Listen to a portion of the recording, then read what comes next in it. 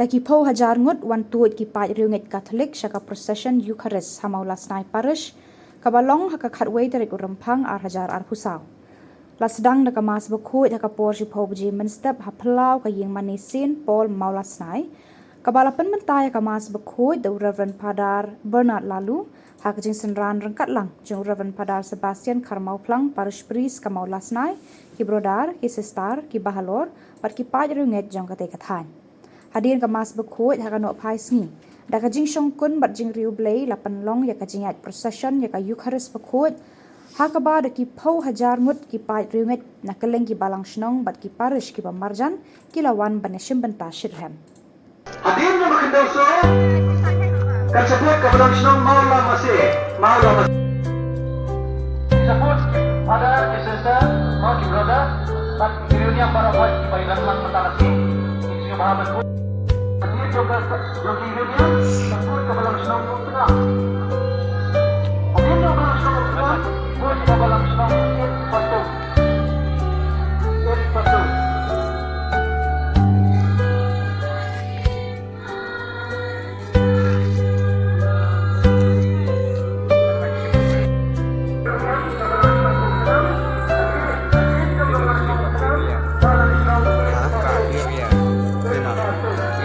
dari dia kita keluarnya mbak timnya.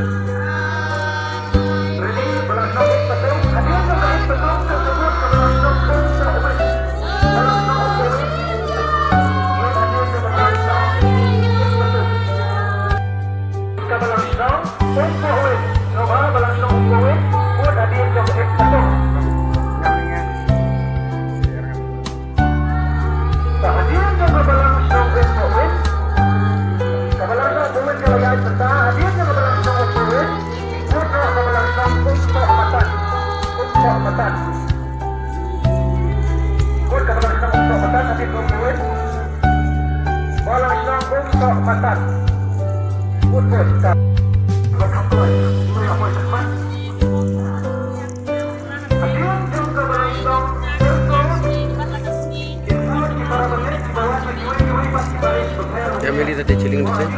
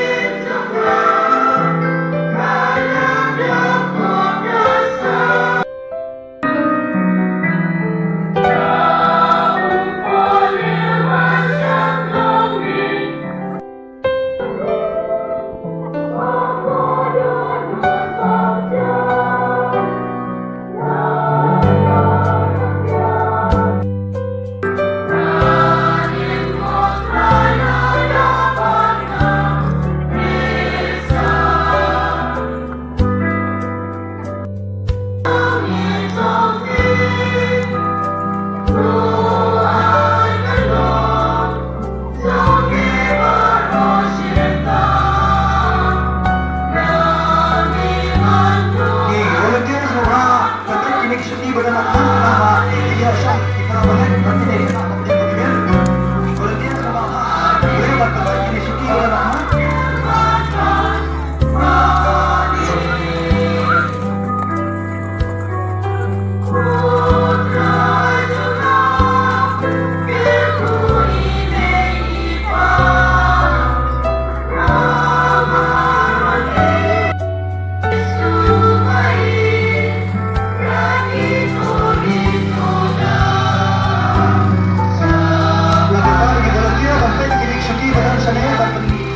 Indonesia.